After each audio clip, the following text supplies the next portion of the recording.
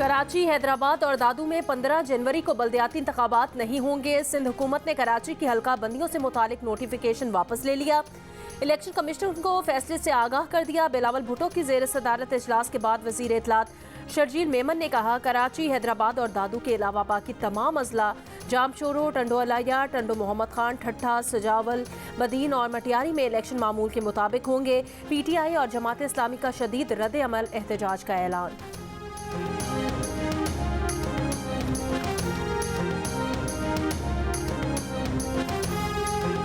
वजीर आला पंजाब चौधरी परवेज इलाही ने पंजाब असम्बली तोड़ने की समरी पर दस्तखत कर दिए।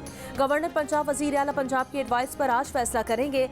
गवर्नर बलीगो रहमान ने कहा, असम्बली तोड़ना आसान फैसला नहीं होता, जो भी फैसला करूंगा भारी दिल से करूंगा।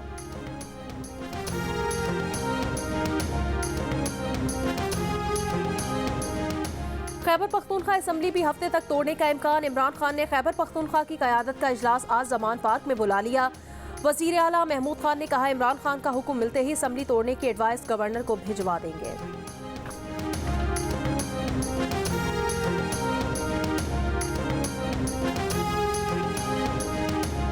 कोयटा में कम से कम दर्जा हरारत -8 डिग्री तक आ गया। कल्लात में -11 डिग्री रिकॉर्ड। मामूलात ज़िंदगी मुतासिर। ठंडी हवाओं से कराची का मौसम भी सर्द। लाहौर समेत पंजाब के मैदानी इलाकों में शदीद धुंध। मोटरवेज मुख्तलिफ मकामात पर बंद। आज़ाद कश्मीर, गिलगित बल्तिस्तान के पहाड़ों, नारान, कागान और मालम जबा में बर्फबारी का सिलसिला वक्फे वक्फे से जारी।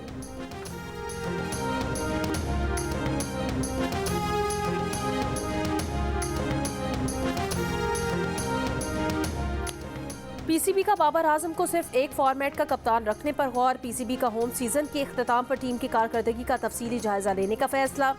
ज़राए का कहना है, बोर्ड तीनों फॉर्मेट के लिए अलग अलग कप्तान बनाना चाहता है। PSL 8 के बाद तीनों फॉर्मेट में क़यादत का फैसला किया जाएगा।